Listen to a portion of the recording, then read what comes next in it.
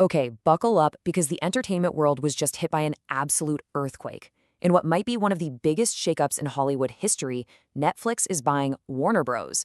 We're going to break down what this massive, industry-shattering deal actually means for you. Let's just start with the number because it is absolutely staggering. $83 billion. To give you some perspective, that's more than the entire economy of some countries. So yeah, this isn't just a big deal. This is a move that literally redraws the entire map of media as we know it. And here are the two giants right at the center of it all. You've got the ultimate new media disruptor, Netflix, and they've just announced they're buying a true titan of old Hollywood, the legendary Warner Bros. Studio. It's wild. But okay, beyond the big corporate headlines and the crazy numbers, what does this really mean for your watch list? For the stuff you actually watch. How is an $83 billion deal going to change the shows and movies you see? Well, that's exactly what we're going to unpack right now. All right, so let's get into it. Let's break down what exactly just happened. This is the $83 billion shocker that has, well, the entire industry completely buzzing. So here's the deal. The official announcement dropped on December 5th, 2025. Netflix came out and said they intend to buy the key entertainment assets of Warner Bros. Straight from its parent company, Warner Bros. Discovery. And look, this is the moment the streaming wars just entered a totally new phase. Now, to really get the strategy here, you gotta look at what Netflix is actually getting, and maybe more importantly, what it's leaving behind. They are taking the absolute crown jewels. We're talking HBO, DC Studios, massive gaming divisions. Oh, and, little things like the entire Harry Potter franchise and Game of Thrones. This is like a surgical strike for premium content, while they're spinning off things like the news and reality TV divisions, so goodbye CNN and Discovery Channel. So, that brings us to the big, obvious question, right? Why? Why would Netflix spend a literal fortune to make a move this big, this bold?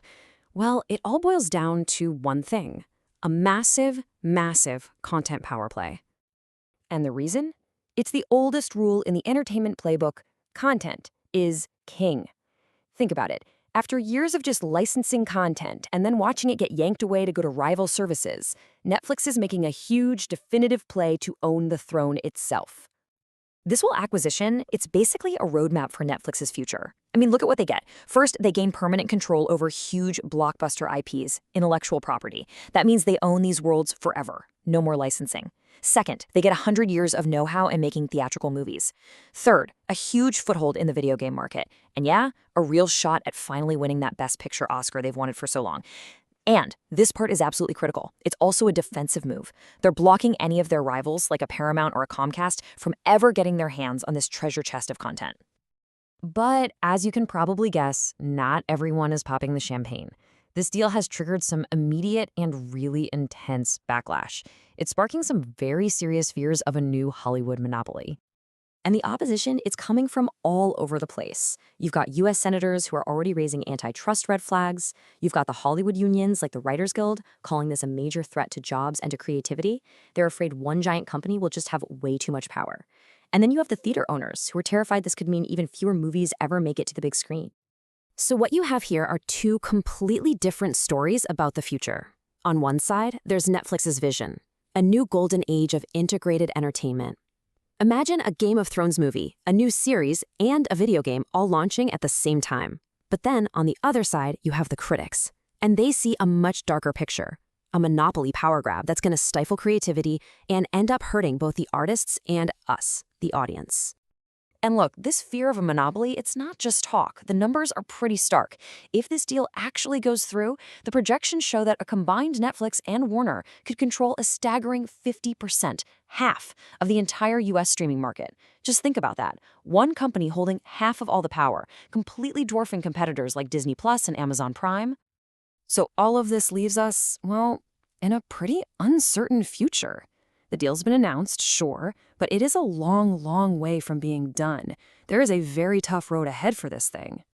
And that road is going to be a long one. Even though the deal was just announced, we're looking at all of 2026 being a full year of intense scrutiny from antitrust regulators. And that is a very big if it manages to survive that battle, we probably won't see this whole thing finalized until sometime in 2027. Okay, so let's say it does get approved. What does that actually mean for us, the viewers? Well, on the one hand, we could see these massive integrated releases, movies, streaming shows, video games, all connected. The stakes for blockbuster content would be higher than ever before. But the flip side is less competition. And less competition almost always leads to one thing for us: the potential for higher subscription prices. And that leaves us with the huge central question of this whole story. Are we looking at the start of a bold, innovative new chapter for entertainment? Or is this the beginning of a monopoly nightmare? The battle to decide which future we get is really just getting started.